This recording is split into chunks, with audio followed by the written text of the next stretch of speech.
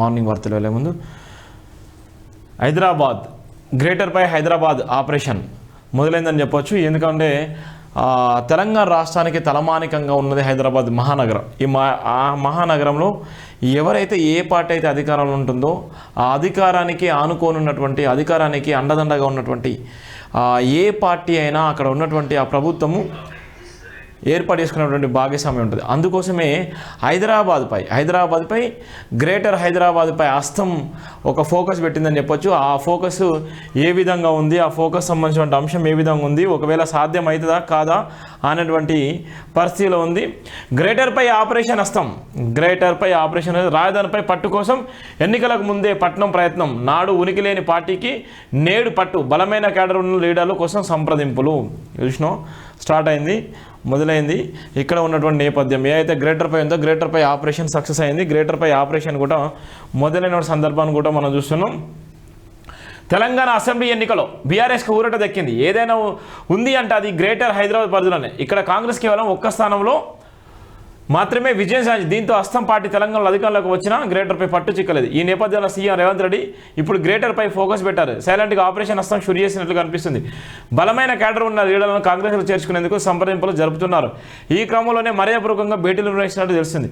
ఈ క్రమంలోనే సీఎంను కలిసి గ్రేటర్ నేతల సంఖ్య రోజుకు పెరుగుతుంది. రాజధానిపై పట్టు కోసం కాంగ్రెస్ పార్టీకి గ్రేటర్పై పట్టు ఇప్పుడు చాలా ముఖ్యం. ఈ నేపథ్యంలో బీఆర్ఎస్లో గుర్తింపు దక్కని బలమైన నేతలకు కాంగ్రెస్ ఆకర్షించింది. ఈ క్రమంలోనే మాజీ మంత్రి సబితా ఇంద్రారెడ్డి కోసం సీటు త్యాగం చేసిన మాజీ ఎమ్మెల్యే తీగల కృష్ణారెడ్డి 2 రోజుల క్రితం సీఎం రేవంత్ రెడ్డిని కలిశారు. ఆయన కాంగ్రెస్లో చేరడం దాదాపు ఖాయమైంది. కృష్ణారెడ్డి బాటలో రంగారెడ్డి జిల్లా చెందిన పలువురు నేతలు హస్తంగుటికి చేరే అవకాశం ఉన్నట్టు తెలిసింది. మాజీ మంత్రి పట్నం మహేందర్ రెడ్డి, ఆయన భార్య వికారాబాద్ జడ్పీ చైర్పర్సన్ పట్నం సునీతారెడ్డి, తీగల కృష్ణారెడ్డి కోడలు రంగారెడ్డి జడ్పీ చైర్పర్సన్ అనితారెడ్డితో పాటు పలువురు కీలక నాయకులు కాంగ్రెస్లో చేరేందుకు ముహూర్తం చూసుకుంటున్నట్లు తెలిసింది. ఎన్నికలకు ముందే పట్నం ప్రయత్నం. 2023 అసెంబ్లీ ఎన్నికలకు ముందే పట్నం మహేందర్ రెడ్డి కాంగ్రెస్లో చేరేందుకు సిద్ధమయ్యారు. ఈ మేరకు ఏర్పాట్లు తీసుకున్నారు. అయితే చివరి నిమిషంలో నాటి ముఖ్యమంత్రి కేసీఆర్ విషయం తెలుసుకొని ఆయనకు హోటాహోటిన మంత్రి పదవిని కట్టబెట్టారు. దీంతో ఆయనకు కాంగ్రెస్లో చేరలేదు. తాజాగా జరిగినటువంటి సంభాషణ అంటే ఏ విధంగా ఉంది, గ్రేటర్పై ఉన్నటువంటి ఆలోచన ఏ విధంగా ఉంది, గ్రేటర్పై కాంగ్రెస్ ఏ విధంగా ఫోకస్ చేసింది, ఎవరైతే బలమైన నాయకులరో గతంలో ఉన్నటువంటి ఎమ్మెల్యేలు కానీ, గతంలో ఉన్నటువంటి మంత్రులు కానీ, గతంలో ఉన్నటువంటి రాజకీయ నాయకులు కానీ ఎవరినైనా కూడా హైదరాబాద్ చుట్టుపక్కల ఉన్నటువంటి హైదరాబాద్ సంబంధించి గ్రేటర్ పరిధిలో ఉన్నటువంటి వాళ్ళందరినీ కూడా ఆకర్షణకి లోన్ చేసుకునే విధంగా ఏదైతే జిహెచ్ఎంసీలో తన హస్తము చూపించుకునే విధంగా ఇవాళ రేవంత్ రెడ్డి తన మార్కును కూడా చూపించుకునే నేపథ్యం కూడా మనం చూస్తున్నాం. మరోమారు ఆయన హస్తం నేతలతో టచ్లోకి వెళ్ళారు. చేవల్ల ఎంపీ టికెట్ మహేందర్ రెడ్డికి ఇచ్చే అవకాశం ఉన్నట్లు తెలిసింది. ఇక పట్టణశేరి ఎమ్మెల్యే మైపాల్ రెడ్డి కూడా సీఎం రేవంత్ రెడ్డి కలిశారు. ఆయన సీఎంను కలవడంపై భిన్నంగా స్పందించారు. 100 సార్లు కలుస్తారని చెప్పారు. తద్వారా తాను కాంగ్రెస్లో చేరేందుకు సిద్ధమన్న సంకేతాలు ఇచ్చారు. తాజాగా రాజేంద్రనగర్ ఎమ్మెల్యే ప్రకాష్ గౌడ్ కూడా సీఎం రేవంత్ రెడ్డిని కలిశారు. పక్షం క్రితం మంత్రి పొన్నం ప్రభాకర్ రాజేంద్రనగర్ ఎమ్మెల్యే ఇంటికి వెళ్లారు. దాదాపు గంట పాటు చర్చించారు. ఈ క్రమంలో ఆదివారం ప్రకాష్ గౌడ్ ముఖ్యమంత్రితో భేటీ కావడం చర్చనీయమైంది. మర్యాదపూర్వకంగా భేటీ అని చెప్తున్న ఈ భేటీ వెనుక రాజకీయం అన్నది సుస్పష్టం. త్వరలో గ్రేటర్ హైదరాబాద్ మరికొంతమంది ఎమ్మెల్యేలు కూడా రేవంత్ రెడ్డికి కలుస్తారని తెలిసింది. నాడు ఉనికి లేని పార్టీకి నేడు పట్టు.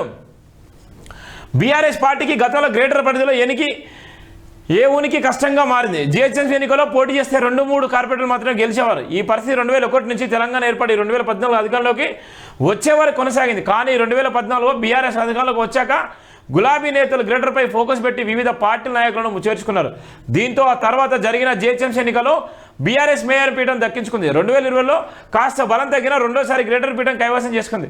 అయితే 2023 అసెంబ్లీ ఎన్నికల్లో మాత్రం 25 ఎమ్మెల్యే సీట్లలో 14 స్థానాల్లో బీఆర్ఎస్ గెలిచింది. కాంగ్రెస్ కేవలం 1 సీటు దక్కించుకుంది. దీంతో ఇక్కడ బీఆర్ఎస్కు బలహీనపరచడంపై రేవంత్ దృష్టి పెట్టినట్లు తెలుస్తుంది. ఇక్కడ ఉన్నటువంటి నేపథ్యంలో ఏదైతే హైదరాబాద్ సంబంధించి ఉందో గ్రేటర్ హైదరాబాద్ సంబంధించినటువంటి ఆపరేషన్ కూడా మొదలైంది. చాలామంది ఎవరైతే హైదరాబాద్ సంబంధించినటువంటి ఎమ్మెల్యేలు ఉన్నారో ఎమ్మెల్యేలే కానీ గతంలో మంత్రులుగా, గతంలో ఎమ్మెల్యేలుగా, గతంలో ఓ మంచి లీడర్గా ఉన్నటువంటి నాయకులను కూడా ఆయన గాలం వేసేటువంటి నేపథ్యం ఉంది. అదే ఆకర్షణ కూడా మొదలైంది. హస్తం ఆకర్షణ తెలియకుండానే జనంలోకి వెళ్ళిపోయేటువంటి నేపథ్యం ఉంది. హైదరాబాద్ గ్రేటర్పై తన హస్తం చూపించుకోవాలి. హస్తం చూపించుకున్నట్లయితే అభివృద్ధి, హైదరాబాద్కు మంచి అభివృద్ధి చేసేటువంటి నేపథ్యం ఉంటుంది. ఈ ఏదైతే కాంగ్రెస్ ప్రభుత్వం వచ్చిందో హైదరాబాద్ నుంచి కూడా ఎవ్వరు కూడా ఓటే లేదు, ఒకటే మాత్రమే గెలిచింది కాంగ్రెస్ నుంచి ఎమ్మెల్యే సీటు. మిగతా అన్నీ కూడా బీఆర్ఎస్ స్వాధీనం చేసుకున్న బీఆర్ఎస్కే దక్కినటువంటి ఛాన్స్ ఉంది. అందుకోసం అనే ఉద్దేశంతోనే గ్రేటర్పై ఫోకస్ పెట్టడానికి కొద్దిగా వెనక ముందు ఆలోచించేటువంటి పరిస్థితి ఉంది. కానీ హైదరాబాదు రాజధానిగా హైదరాబాద్ ఉన్నటువంటి పరిస్థితుల్లో హైదరాబాద్ టోటల్గా రాష్ట్రానికి తలమానికంగా హైదరాబాద్లో ఉన్నటువంటి మహానగరంగా ఉన్నటువంటి హైదరాబాద్కి ఇక్కడ కాంగ్రెస్ జెండా పెట్టాలి, కాంగ్రెస్ జెండా ఎగరవేయాలి అనేటువంటి నేపథ్యంలోనే ఇప్పటికే మంత్రులను సీఎం ప్రత్యేకంగా కూడా అందరితోనే మాట్లాడుతూ చర్చలు చేసేటువంటి నేపథ్యం కూడా చూస్తున్నాం మనం. అలానే ఇప్పుడు సంబంధించినటువంటి అధికారులను కూడా ఎప్పటికప్పుడు స్పీడప్ చేస్తున్నారు. చాలా వరకు ఇక్కడ ఉన్నటువంటి 59 జీవో కానీ లేకపోతే అంటే ఉన్నటువంటి గతంలో బీఆర్ఎస్ హయాంలో ఉన్నటువంటి డబుల్ బెడ్రూమ్ ఇండ్లే కానీ గతంలో ఇల్లు కట్టుకున్నటువంటి నేపథ్యం కానీ ఏదైతే ఉందో అవన్నీ కూడా రీవెరిఫికేషన్ కూడా చేయడానికి కూడా సిద్ధంగా ఉన్నారు. ఏదైతే ఇప్పుడు ఉన్నదో గ్రేటర్పై పట్టు బిగించడం కోసం సీఎం రేవంత్ రెడ్డి తన అనుచరులతో తన మంత్రివర్గం టీంతో తన ఎమ్మెల్యేలతో కూడా అందరితో ఉన్నటువంటి సంబంధాన్ని కూడా కొనసాగిస్తూ ఆ సంబంధాన్ని మెరుగుపరచడం కోసం వాళ్ళందరితో కూడా మమేకమైతూ మాట్లాడుతూ కూడా ఆయన హస్తం గ్రేటర్పై జెండా ఎగరవేయాలన్నటువంటి ధీమాలో ఉన్నటువంటి పరిస్థితి మనం చూస్తున్నాం. రాబోయే ఎన్నికలకు ముందే చాలామంది కూడా ఇప్పుడు కాంగ్రెస్ పార్టీలో కూడా చేరేటువంటి అవకాశం ఉందని కూడా మనకు ఉన్నటువంటి ఇన్ఫర్మేషన్ కూడా మనం చూస్తున్నాం. జీవో 59 రీవెరిఫికేషన్ సాధ్యమేనా? జీవో 59 భారత రాష్ట్ర సమితి ప్రభుత్వం అధికారంలో ఉన్నప్పుడు భూములు క్రమబద్ధీకరణకు సంబంధించి తీసుకొచ్చింది. ఎవరైనా ప్రభుత్వ భూములను ఆక్రమిస్తే క్రమబద్ధీకరించేందుకు ఈ జీవోను తీసుకొచ్చామని అప్పుడు భారత రాష్ట్ర సమితి ప్రభుత్వ పెద్దలు ప్రకటించారు. క్షేత్రస్థాయిలో రెవెన్యూ అధికారులతో ఈ జీవోపై విస్తృతంగా ప్రచారం చేయించారు. అయితే జీవోలో ఉన్న లొసుగులు ఆధారంగా చాలామంది ప్రభుత్వ భూములను అక్రమంగా క్రమబద్ధీకరించారని ఆరోపణలు ఉన్నాయి. అలా భూములను క్రమబద్ధీకరించుకున్న వారిలో 99% భారత రాష్ట్ర సమితి నాయకులే. ఇక్కడ జీవో 59 వెరిఫికేషన్ మీ గతంలో కూడా ఎన్నోసార్లు వార్తలు వేయడం జరిగింది.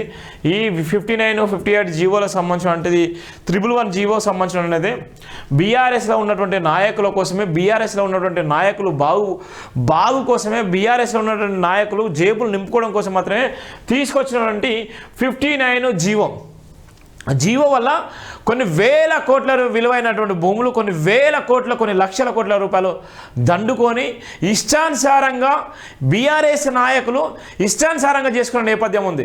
ఇవాళ గ్రేటర్ హైదరాబాద్ పరిధిలో ఉన్నటువంటి భూములు మొత్తం టోటల్గా ఈ 59 జీవో కింద ఇష్టానుసారంగా వాడుకొని వెంచర్ చేసుకొని ఫామ్ హౌస్లు తీసుకొని ఇవాళ ఇష్టానుసారంగా భయభ్రాంతులకు గురి చేసి ఆ భూములకు లేనిపోని డాక్యుమెంట్స్ సృష్టించి ఇవాళ ఈ జీవో ఆధారంగా భూములు లాక్కునేటువంటి ప్రయత్నం చేసింది. ఇవాళ రేవంత్ రెడ్డి సర్కారు వచ్చిన తర్వాత రీవెరిఫికేషన్ సాధ్యమేనా అన్నటువంటి నిన్న నుంచి కూడా చూస్తున్నాం. ఏదైతే భూములకు సంబంధించిన ఉందో సుమారుగా అనేక వేల ఇదే కేసులకు సంబంధించిన చాలా ఉన్నాయి. ఆ కేసులన్నీ వెరిఫికేషన్ చేయండి, రీవెరిఫికేషన్ చేయండి, చేసి ఆ భూములను కూడా లాక్కోండి, ఆ భూములకు సంబంధించినటువంటి పారదర్శకంగా జరగాలనే ఆదేశాలు ఇచ్చినప్పటికీ ఆ సాధ్యమవుతుందా సాధ్యం కానటువంటి ఆలోచన ఉంది. ఇప్పటికే చాలా చోట్ల ఎవరైతే ఉన్నారో 70-60 సంవత్సరాల కంచెలు కాస్తులో ఉండి 60-70 సంవత్సరాల నుంచి హైదరాబాద్ నమ్ముకొని గూడు లేకుండా ఆ నివాసం ఉండేటువంటి ఇళ్లను కూడా ఈరోజు కూల్చివేసేటువంటి నేపథ్యం కూడా ఉంది.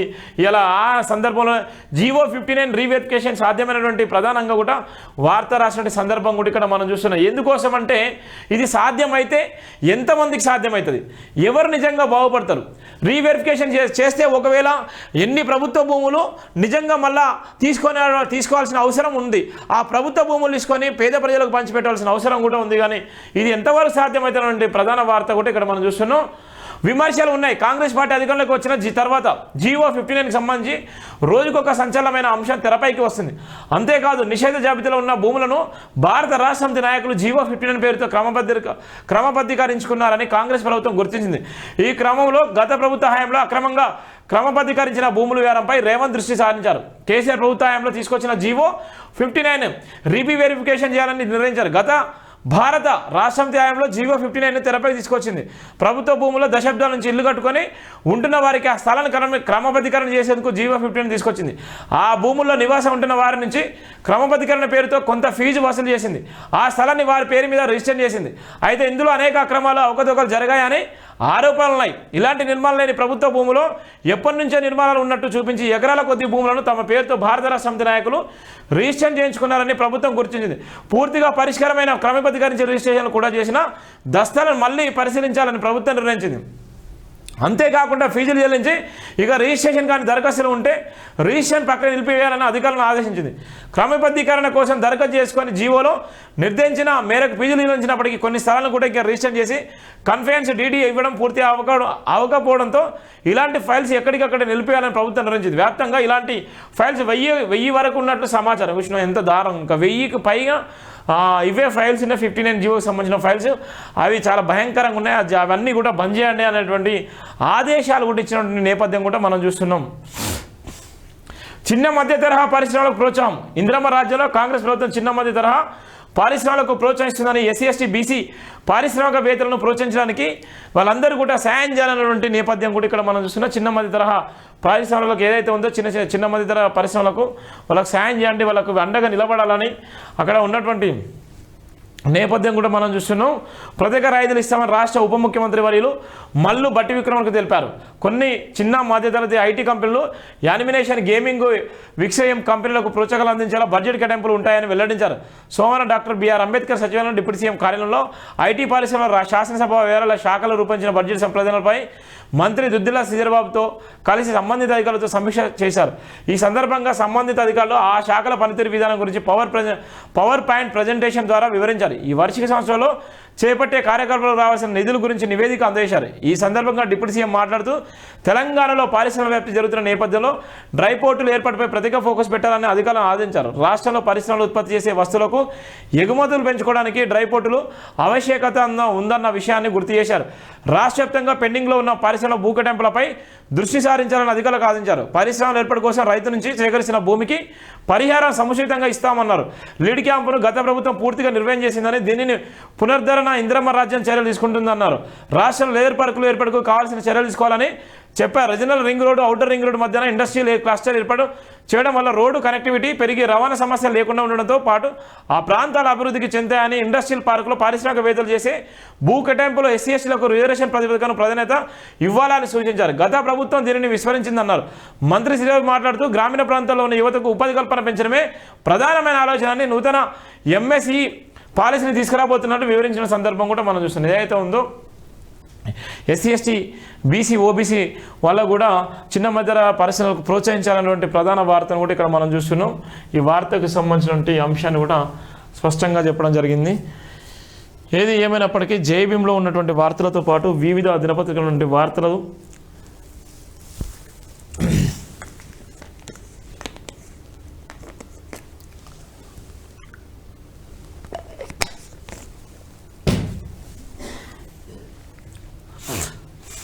తెల్ల రేషన్ కార్డు లేకుండా ఆరోగ్యశ్రీ ఇవ్వడానికి కూడా సిద్ధంగా ఉన్నారు. అందరికీ వైద్యం రాజీవ్ ఆరోగ్యశ్రీ ఎప్పటి నుంచి ఉన్నటువంటి పరిస్థితి చూస్తున్నాం. నిబంధనలు సడలించే యోచనలు రాష్ట్ర ప్రభుత్వం. వైద్య ఆరోగ్య శాఖపై సమీక్షలు సీఎం రేవంత్, మంత్రి దామోదర, సిఎస్ శాంతికుమార్. కళ్యాణమస్తు పద్దు 3200 కోట్లు. ఇప్పుడు ఏదైతే ఉందో అసెంబ్లీ ఎన్నికలకు సంబంధించి హడావిడి అయిపోయింది. పార్లమెంట్ ఎన్నికలకు సంబంధించినటువంటి హడావిడికి రాబోతుంది. రాజ్యసభ ఎన్నికలకు సంబంధించినటువంటి అయితే ఇంకా వారం రోజుల్లో కూడా రాజ్యసభ ఎన్నికలకు సంబంధించినటువంటి నోటిఫికేషన్ రానే వచ్చింది. ఆ నోటిఫికేషన్తో పాటు ఎలక్షన్ కోడ్ కూడా రాబోతుంది. అంటే ఈ ఎలక్షన్ కోడ్ వస్తున్న తరుణంలోనే తెల్ల రేషన్ కార్డు లేకుండా ఆరోగ్యశ్రీ కూడా ఇస్తామన్నటువంటి నేపథ్యం కూడా మనం చూస్తున్నాం. అందరికీ డిజిటల్ హెల్త్ ప్రొఫైల్ కార్డులు, ఆరోగ్యశ్రీతో వాటి అనుసంధానం, ఆరోగ్యశ్రీ బిల్లులు చెల్లింపులు వేగవంతం, వైద్య కళాశాలల వద్దే నర్సింగ్, ఫిజియోథెరపీ, పారామెడికల్ కాలేజీలో బీబీనగర్ ఎయిమ్స్లో పూర్తి సేవలపై దృష్టి, సిఎస్ఆర్ నిధులతో ఆసుపత్రిలో హౌస్ కీపింగ్, వైద్య ఆరోగ్య సమీక్షలో సీఎం రేవంత్. హౌసింగ్ బోర్డు బకాయిలన్నీ దాని పరిధిలోని పెంచాల పరిస్థితి ఏంటి? హౌసింగ్ శాఖ సమీక్షలో సీఎం రేవంత్ రెడ్డి 1000 కోట్ల బకాయిలు ఉన్నాయన్న అధికారులు వాటన్నిటిని వసూలు చేయాలని సీఎం. 2004-14 మధ్య ఇందిరమ్మ ఇళ్లపై ఆరా. ఆరోగ్యశ్రీ తెల్ల రేషన్ కార్డు తప్పనిసరి నిబంధనలు సడలించాలని ప్రభుత్వం యోచిస్తుంది. అదేవిధంగా రాష్ట్రంలో ప్రతి ఒక్కరికి డిజిటల్ హెల్త్ ప్రొఫైల్ కార్డును అందజేయాలని ముఖ్యమంత్రి రేవంత్ రెడ్డి ఆదేశించారు.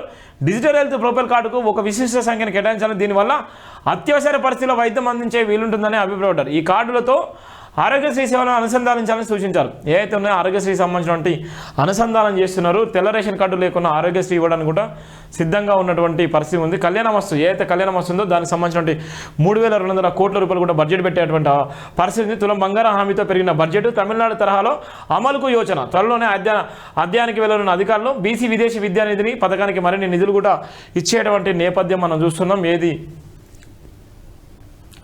కేటీఆర్ తీరు మార్చుకో, సీఎంపై వ్యాఖ్యలు తెలంగాణను అవమానించడమే ఢిల్లీలో రాష్ట్ర ప్రభుత్వ ప్రతినిధి మల్లు రవి ధ్వజం. 6 నెలల్లో కేసీఆర్ సీఎం ఎలా అవుతారు జీవన్ రెడ్డి, కేటీఆర్ను పిచ్చాసుపత్రి చేర్పించాలి బండి సుధాకర్. బీఆర్ఎస్ బీజేపీలను దెబ్బ కొట్టాల్సిందే జంగారెడ్డి. బీఆర్ఎస్ బీజేపీలను దెబ్బ కొట్టాల్సిన జంగారెడ్డి. ఇక్కడ ఏదైతే ఉన్నారో కేటీఆర్ను తీరు మార్చుకునే నేపథ్యం ఉంది. మంత్రి కోమిరెడ్డితో వాగ్వాదం దిగిన సందీప్ రెడ్డిని వరిస్తున్నటువంటి పోలీసులు. హామీలేది వీపులు పగులుతాయి. యాదగిరి జడ్పీ చైర్మన్ మంత్రి కోమారెడ్డి మధ్య వాగ్వాదం. బీబీనగర్లో సభలో ఉద్రిక్త. రైతు బంధు పెంపు రుణమాఫీ ఎందుకు చేయలేదన్న సందీప్ రెడ్డి. విరుచుకుపడ్డ మంత్రి. తండ్రి పేరుతోనే పదవి లేదంటే వార్డు మెంబర్గా కూడా లేవన్న కోమటిరెడ్డి.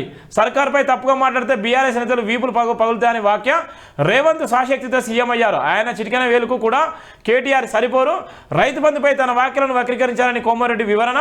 వేదికపై ఉన్న జడ్పీ చైర్మన్కి దూసుకొచ్చిన మంత్రి అనుచరులు అడ్డుకున్న పోలీసులు. నిన్న జరిగినటువంటి పరిస్థితి వీపులు పగిలిపోతాయనేటువంటి వ్యాఖ్యలు కూడా చేసిన సందర్భం కూడా మనం చూస్తున్నాం. భువనగిరి జిల్లాలో బీఆర్ఎస్ నేత జడ్పీ చైర్మన్ ఎలిమినేటి సందీప్ రెడ్డి, మంత్రి కోమారెడ్డి వెంకరెడ్డి మధ్య సోమవారం తీవ్ర వాగ్వాదం చోటు చేసుకుంది. వ్యవహారం ఇద్దరి మధ్య వ్యక్తిగత దూషణల వరకు వెళ్ళింది. ఈ జిల్లాలోని బీబీనగర్ మండలంలోని పలు గ్రామాల అభివృద్ధి పనులను ప్రారంభించేందుకు ఎమ్మెల్యే కుంభం అనిల్ కుమార్ రెడ్డితో కలిసి మంత్రి కుమార్ రెడ్డి కూడా సందర్శించిన నేపథ్యం కూడా ఉంది. నిన్న జరిగినటువంటి చర్చ అయితే తీవ్రంగా జరిగినటువంటి నేపథ్యం కూడా చూసినా మన సోషల్ మీడియాలో కూడా వైరల్ అయిన సందర్భం కూడా చూస్తున్నాం. వాళ్ళిద్దరు ఒకరికొకరు నెట్టేసుకున్నారు. పోలీసులు కూడా జోక్యం చేసుకొని వాళ్ళిద్దరిని సద్దమనిగేటువంటి నేపథ్యం కూడా ఉంది. ఇవాళ కేటీఆర్ మాట్లాడిన వ్యాఖ్యలకు కోమటిరెడ్డి కానీ ఉన్నటువంటి కాంగ్రెస్లో ఉన్నటువంటి మంత్రులు కానీ అందరూ కూడా స్పందించిన నేపథ్యం ఉంది. తీరు మార్చుకోకపోతే ఇబ్బంది అయితే తీరు మార్చుకోకపోతే ఈపు బగిలిపోద్దన్నటువంటి వార్త కూడా ఇక్కడ మనం చూస్తున్నాం. గవర్నర్ది గలీజీ ప్రసంగం. ఇంకా చూడు ఎట్లా అందరిని అంటున్నాడు కాక. గవర్నర్ది గలీజ్ ప్రసంగం. గలీజ్ అంటే చాలా బూత్ వర్డ్. కాంగ్రెస్లో గల్లీ కార్యకర్తలు తమిళసై వ్యాఖ్యలు. అభివృద్ధి ధ్యేయంగా 10 ఏళ్ల పాటు పనిచేశాం. ఒకరిద్దరు బీఆర్ఎస్ని వీడినా నష్టమేమీ లేదు. వెళ్ళేవారిని ఆపద్దు. ఆ స్థానంలో కొత్త వాళ్ళు వచ్చే పార్లమెంట్ ఎన్నికల్లో ఓటు వేద్దాం. రేవంత్ రుణమాఫీపై సంతకం ఏమైంది? పేదలైన భార్యాభర్తలిద్దరికీ 4,000 పింఛన్ ఇవ్వాలి. బావబొమ్మాదులు ప్రశ్నిస్తే రేవంత్ ఉక్కిరి బిక్కిరి. ఇక కమాండర్ కేసీఆర్ దిగితే ఎలా ఉంటుందో. చేవల పరికారకర్తల సమావేశంలో కేటీఆర్. ఇక చూడు ఎట్లుందో కాక ముచ్చడు. గవర్నర్ది గలీజ్ ప్రసంగం అట. ఈయన వేసేటువంటి ప్రసంగం, ఈయన మాట్లాడిన మాటలు అబ్బీజు మాటలు. ఎంత ఘోరంగా మాట్లాడుతున్నాడు. పొట్టోడు అంటాడు, లేకపోతే అంటే చిటికెన వేలుకి సరిపోడు అంటాడు, గోలికి సరిపోడు అంటాడు ఒక రాష్ట్ర ముఖ్యమంత్రి. అలానే మిగిలిన వాళ్ళు ఎవరైనా అంటే ఎంత పరువు నష్టం కేసేస్తారు, ఎంత భయంకరంగా ఇబ్బందులకు గురి చేస్తారు. అంటే అధికారంలో ఉన్నవాళ్ళు ఒక మాట, అధికారం కోల్పోయిన తర్వాత ఇంకో మాట. అంటే బలిసిన వాడు ఏ విధంగా మాట్లాడినా వాళ్ళంతా సర్దుకోపోతారు. అంటే ఇక్కడ చూడండి ఎంత ఘోరంగా ఉంది. గవర్నర్ది గలీజ్ ప్రసంగం అంట. గలీజ్ ప్రసంగం అంటే ఇక కాకే చెప్పాలి. ఎవరు పోయినా పర్లేదట. ఎవరున్నా ఒకరిద్దరు పోతే నష్టమే లేదు. వాళ్ళ ప్లేస్లో వేరేటోళ్ళు తీసుకొస్తుంటారు. అంటే కార్యకర్తలు అందరూ మిమ్మల్ని కాపాడాలి. మీరు 1000 కోట్లు సంపాదించుకున్నారు. కానీ కార్యకర్తలు ఎమ్మెల్యేలు కాదు, కార్యకర్తలు మంత్రులు కాదు, కార్యకర్తలు చైర్మన్లు కాదు, కార్యకర్తలు మంచి పొజిషన్ రాదు, కార్యకర్తలు మీ ప్లేస్కి రావద్దు. కార్యకర్తలు చూడండి ఎట్లున్నాడు. కార్యకర్తలు పోయినా పర్లేదు, ఒకరిద్దరు పోయినా పర్లేదు, వాళ్ళ ప్లేస్లో కొత్త వాళ్ళు వస్తారు. మీరేం భయపడకండి అని చెప్తున్నాడు ఇక్కడ కాక. చేవెళ్లలో మాట్లాడుతున్న బీఆర్ఎస్ వర్కింగ్ కేటీఆర్. రేవంత్ రెడ్డికి మంత్రిగా చేసిన అనుభవం కూడా లేదు. అందుకే సెక్రటరియట్లో లంక బిందెలు ఉన్నాయని వస్తే కుండలు ఉన్నాయంటూ అడ్డగోలుగా మాట్లాడుతున్నారు. లంక బిందెలు సెక్రటరియట్లో ఎందుకుంటాయి? పాడుపడ్డ గడిలు బావులు ఉంటాయి. రాత్రి దుప్పటి కప్పుకొని గడ్డి పొరలు తీసుకెళ్లి తవ్వి బతుకుతారు. ఇది కూడా తెలియని వాళ్ళు చేతిలో రాష్ట్రం ఉందని చెప్తున్నారు. సందీప్ రెడ్డి బహిరంగ క్షమాపణలు చెప్పని మంత్రి కోమారెడ్డి నిలదీస్తాం కేటీఆర్. చూడు ఎట్లుందో.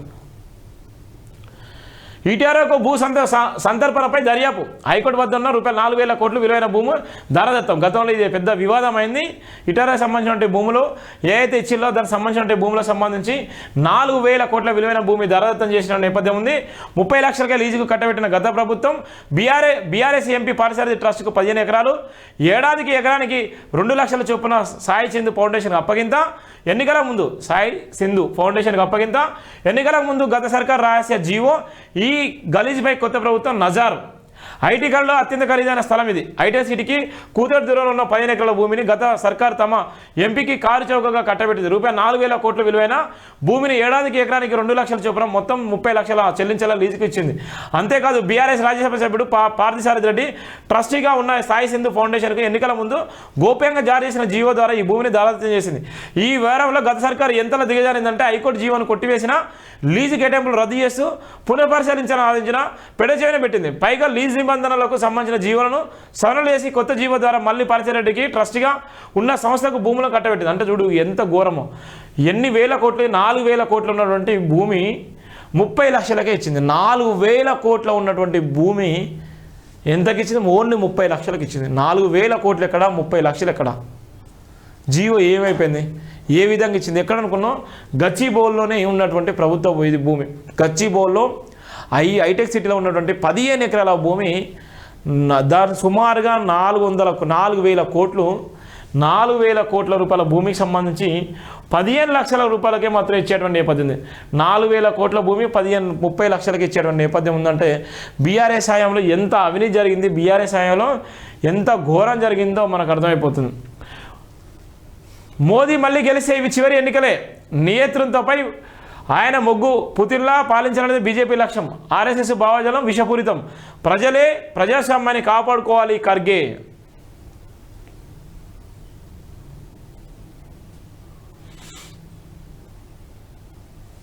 భువనేశ్వర్లో జరిగినటువంటి లోక్సభ ఎన్నికలో దానికి ముందుగానే మాట్లాడిన సందర్భం కూడా ఇస్తుంది. లోక్సభ ఎన్నికల్లో మళ్ళీ ప్రధాని మోదీ గెలిస్తే దేశానికి ఇవే చివరి ఎలక్షన్లు అవుతాయని కాంగ్రెస్ అధ్యక్షుడు మల్లికార్జున ఖర్గే అభిప్రాయపడ్డారు. బీజేపీ మరోసారి విజయం సాధిస్తే మోదీ నియంత్రణపై మొగ్గు చూపే అవకాశం ఉందని, రష్యాలో పుతిన్ పాలించినట్టుగా ఇక్కడ కూడా మోదీ ప్రభుత్వం ఉండాలని బీజేపీ కోరుకుంటుందని ఆరోపించారు. అందువల్ల ప్రజాస్వామ్యాన్ని కాపాడడానికి ముందుకు రావాలని ఈ అంతా మీ చేతిలో ఉందన్నటువంటి నేపథ్యం కూడా ఇక్కడ మనం చూస్తున్నాం. ప్రజా కర్షకమైన ఆదాయ పన్ను పరిమితి పెరిగాను. పార్లమెంట్లో ఎల్లుండి తాత్కాలిక బడ్జెట్ను ప్రవేశపెట్టనున్న ఆర్థిక మంత్రి నిర్మలా సీతారామన్. ఎన్డీఏ 2 హయాంలో చివరి బడ్జెట్ ఇదే. ఎన్నికల ఏడాదిలో ప్రజాకర్షక నిధులపై ఆశలు. సెక్షన్ 80C కింద ఇచ్చే మినహాయింపులన్నీ 1 లక్షల నుంచి 2.5 లక్షలకు పెంచిన వినతి. ఈవీఏలకు ఊతమిచ్చే PM3 ప్రకటించే అవకాశం. రైతులకు PM కిసాన్ మొత్తాన్ని పెంచేటువంటి ఛాన్స్ కూడా ఉంది. ఇక్కడ ఉన్నటువంటి నేపథ్యం. రాజ్యసభ ఎన్నికలు 27న, రాజ్యసభ ఎన్నికలు 27న, 8వ తేదీన నోటిఫికేషన్ విడుదల, 10వ తేదీ వరకు నామినేషన్ స్వీకరణ. తెలంగాణ, ఏపీలో 3 చోట్ల 3 సీట్ల చొప్పున ఖాళీ. ఏప్రిల్ 2తో మొదలైన బడుగు లింగయ్య, వద్దిరా సంతోష్ కుమార్ పదవీ కాలం. 2 కాంగ్రెస్కి 1, బీఆర్ఎస్కి ఒకటి దక్కేటువంటి అవకాశం కూడా ఉంది. 2 కాంగ్రెస్కు 1 బీఆర్ఎస్కు దక్కే ఛాన్స్ కూడా ఉన్నటువంటి నేపథ్యం కూడా మనం చూస్తున్నాం.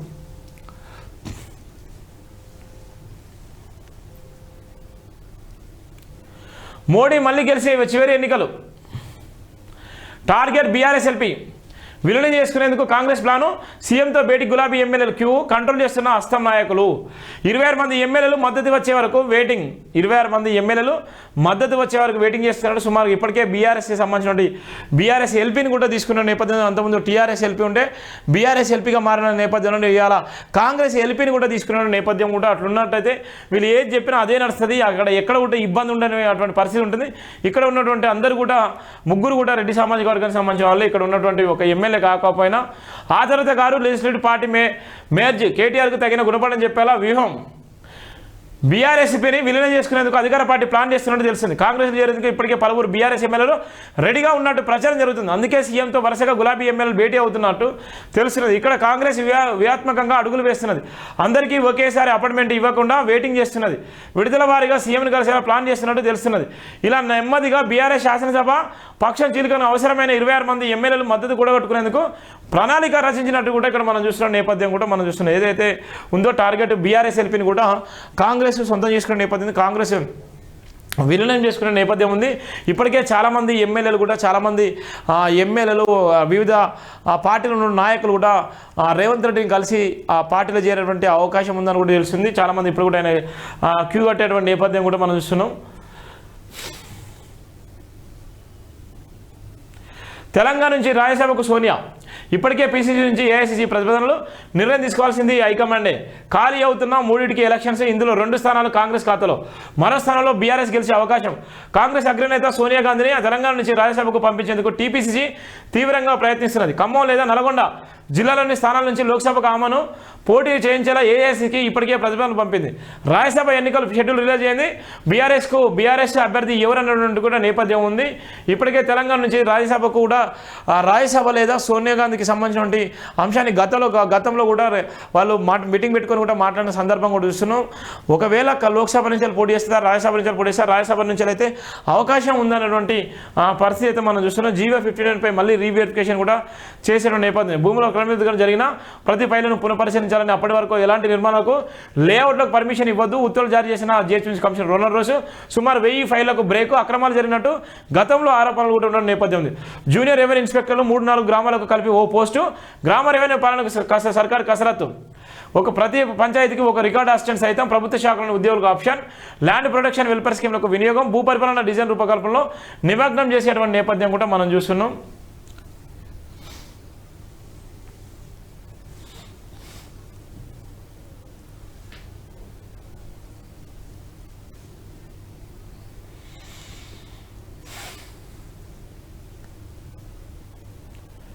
ఇంకా చూడు ఈయనే పార్థసారథి రెడ్డి ఎన్ని కోట్ల రూపాయల భూమి, 4,000 కోట్ల రూపాయల భూమి ఎంత దారుణంగా ఇచ్చారనుకున్నా 30 లక్షలకు ఇచ్చేసి ఆయన.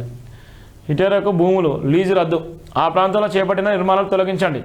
ఇంకా ఏ సంస్థలకు గత సర్కార్ రిలీజ్ ఇచ్చిందో పూర్తి వివరాలు అందజేయండి. అధికారులకు సీఎం రేవంత్ ఆదేశం.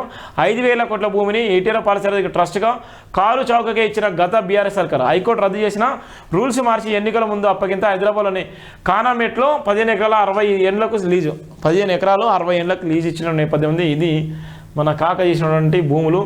పేదోడు ఎంత కొట్టుకొని వచ్చినా ఇచ్చేటువంటి నేపథ్యం లేదు, కానీ ఇలా బలిసినోడికి ఏదైనా ఇచ్చేటువంటి నేపథ్యం. ఈటెల పార్థసారథి రెడ్డికి ట్రస్ట్కు గత బీఆర్ఎస్ సర్కార్ కేటాయించిన 15 ఎకరాల భూములు లీజును రద్దు చేయాలని సీఎం రేవంత్ సూత్రప్రాయంగా నిర్ణయించారు. ఆ ప్రాంతాల్లో ఇప్పటికైనా ఏమైనా నిర్మాణాలు ఉంటే వాటిని తొలగించాలని స్పష్టం చేసిన సమాచారం. హైకోర్టు ఆదేశాలను కూడా లెక్క చేయకుండా అసెంబ్లీ ఎన్నికల ముందు గత బీఆర్ఎస్ ప్రభుత్వం భారీగా భూ సంతర్పణ చేసింది. హైకోర్టు కొట్టేసిన జీవోను కానీ మరో కొత్త జీవోతో సొంత పార్టీ ఎంపీ పార్థసారథి రెడ్డికి చెందిన ట్రస్టుకు ప్రైమ్ ఏరియా కాన్వెంట్లో 15 ఎకరాల సర్కార్ ల్యాండ్ను అగ్గోకే ఇచ్చినటువంటి నేపథ్యం కూడా చూస్తున్నాం. అర్హులందరికీ ఇండ్లు ఇద్దాం, గైడ్లైన్స్ రెడీ చేయండి. రేవంత్ రెడ్డి గ్రామ సభల ద్వారా అర్హుల ఎంపిక 2వ విడతల్లో ఇందిరమ్మ ఇండ్ల సాయం. హౌసింగ్ అధికారులతో సీఎం రివ్యూ. రాష్ట్రంలో ఇల్లుని ప్రతి ఒక్కరికి ఇందిరమ్మ ఇంటి స్కీమ్లో రూపాయలు 5 లక్షల ఆర్థిక సాయం అందించాలని సీఎం రేవంత్ నిర్ణయించారు. ఎలాంటి పైరవులు లేకుండా పారదర్శకంగా స్కీమ్ అమలు చేయాలని సోమవారం సెక్రటరీలో హౌసింగ్పై సీఎం రేవంత్ రెడ్డి రివ్యూ చేపట్టారు. ప్రజాపాలనలో భాగంగా ఇందిరమ్మ ఇండ్ల కోసం దాదాపు 82 లక్షల అప్లికేషన్ రావడంతో ఇంతమంది ఇండ్లు లేని వాళ్ళు ఉన్నారని సీఎం అధికారులను ఆరాధించినట్టు తెలిసిన నేపథ్యం కూడా మనం చూస్తున్నాం. రాష్ట్రంలో 3 రాజ్యసభ సీట్లకు 20 పోలింగ్ జరిగేటువంటి నేపథ్యం ఉంది. సర్కార్ వార్నింగ్తో దిగొస్తున్న మిల్లర్లు ఎన్నడూ లేని విధంగా రికార్డ్ స్థాయిలో బియ్యం సేకరణ. బీఆర్ఎస్ స్థాయిలో 14 నెలల్లో 24.5 లక్షల టన్నుల సీఎంఆర్. గత 50 రోజుల్లో వచ్చిన సీఎంఆర్ 14.5 లక్షల టన్నులు. ఒకే రోజు 56,000 టన్నుల బియ్యం ఇచ్చిన మిల్లర్లు. రోడ్డు ప్రమాదంలో చెందిన భూమా మచ్చేంద్ర మహేష్ ఫ్యామిలీలు ఫైల్. పాపం ఒక యాక్సిడెంట్ 2 ఫ్యామిలీలు, పాపం చిన్నపిల్లలు. మరో 3 నిమిషాల్లో ఇల్లు చేరుతానగా ఘోరం. మిర్యాలగూడ ప్రమాదంలో 6కు చేరిన మృతుల సంఖ్య. పాపం మిర్యాలగూడలో 6కు చేరిన 2 మృతుల సంఖ్య కూడా మనం చూస్తున్నాం. బీఆర్ఎస్ని జనం మూసిలో పడేసిన కేటీఆర్ అహంకారం తగ్గలేదు. రేవంత్ చేతి వేలు గోటి కూడా ఆయన పనికిరాడు. మంత్రి కోమరెడ్డి వెంకరెడ్డి ఫైర్. సీఎంపై ఇష్టమైనట్టు మాట్లాడితే ఊరుకో మల్లు రవి. కేటీఆర్ను మెంటల్ దవాఖానలో చేర్చాలి బండి సుధాకర్ గౌడ్. చరణ్ కౌశిక్ యాదవ్. ఓటమితో మధ్యసీమితం కోల్పోయాడు సుజాత పాల్. ఆటోలో తిరుగుతూ డ్రామలాడుతున్నాడు భవానీరెడ్డి. సొంత జిల్లాలో కేటీఆర్ షాకు. బీఆర్ఎస్కి జెడ్పీటీసీ 6 సర్పంచులు గుడ్ బై. సిరిసిల్ల జిల్లా ముస్తాబాద్ మండలం నాయకులు రాజీనామాలు. కేటీఆర్ అహంకారం వల్లే పార్టీని విడుతున్నామని వెల్లడి. నేడు మంత్రి పొన్నం ప్రభాకర్ సమీక్షలో కాంగ్రెస్లో చేరిక.